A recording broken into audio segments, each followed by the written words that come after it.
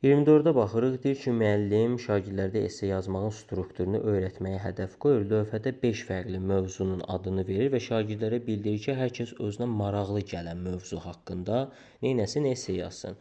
Bu vəziyyətdə ümumi pedaqoji tələblərdən hansını müəllim yerinə yetirmiş olur? Bunu bizdən soruşur. Birinciyə baxırıq, deyir ki, təlim prosesində məqsəd, məzmun, fəaliyyətin bir-biri ilə əlaqəli şəkildə, yəni kompleks şəkildə həyata keçirilməsi.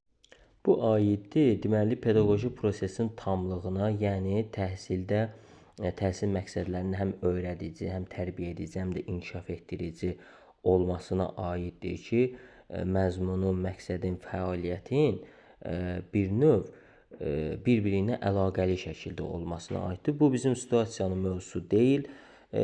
B variantında deyir, şagirdlərin idrak bacarıqlarının mərhələli şəkildə inkişaf etməsi. Ümumiyyətlə, təhsil alanların ünsiyyət, psixomotor, onların idrak fəaliyyətinin həyati bacarıqlarının inkişaf etdirilməsi onların şəxsiyyət yönümlülük prinsipinə aiddir. Bu da bizim situasiyamızın mövzusu deyil.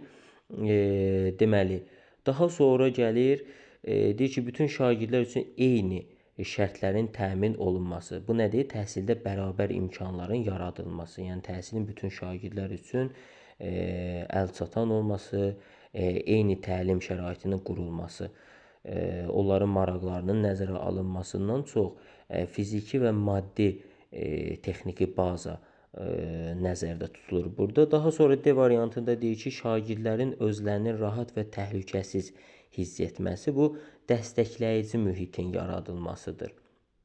Sağlam mənəvi, deməli, psixoloji mühitdə, təhlükəsiz şəraitdə onların təhsil almasıdır. Bu da bizim situasiyanın mövzusu deyil. Deyir, şagirdlərin maraq, meyl və fərdi seçimlərinin nəzərə alınması. Bax, bu bizim konkret situasiyanın mövzusudur. Çünki müəllim nə edir? Deməli, lövhədə 5 dənə fərqli mövzu yazır və şagirdlərə tam sərbəst, tam rahat şəkildə deyir ki, hər kəs özünə maraqlı gələn mövzusunu seçib ona uyğun esseni yazsın.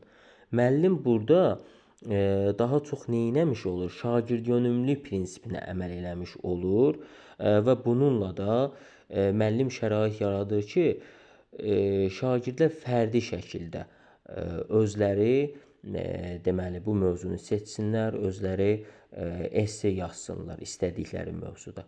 Ona görə də bu şagird yönümlülükdür.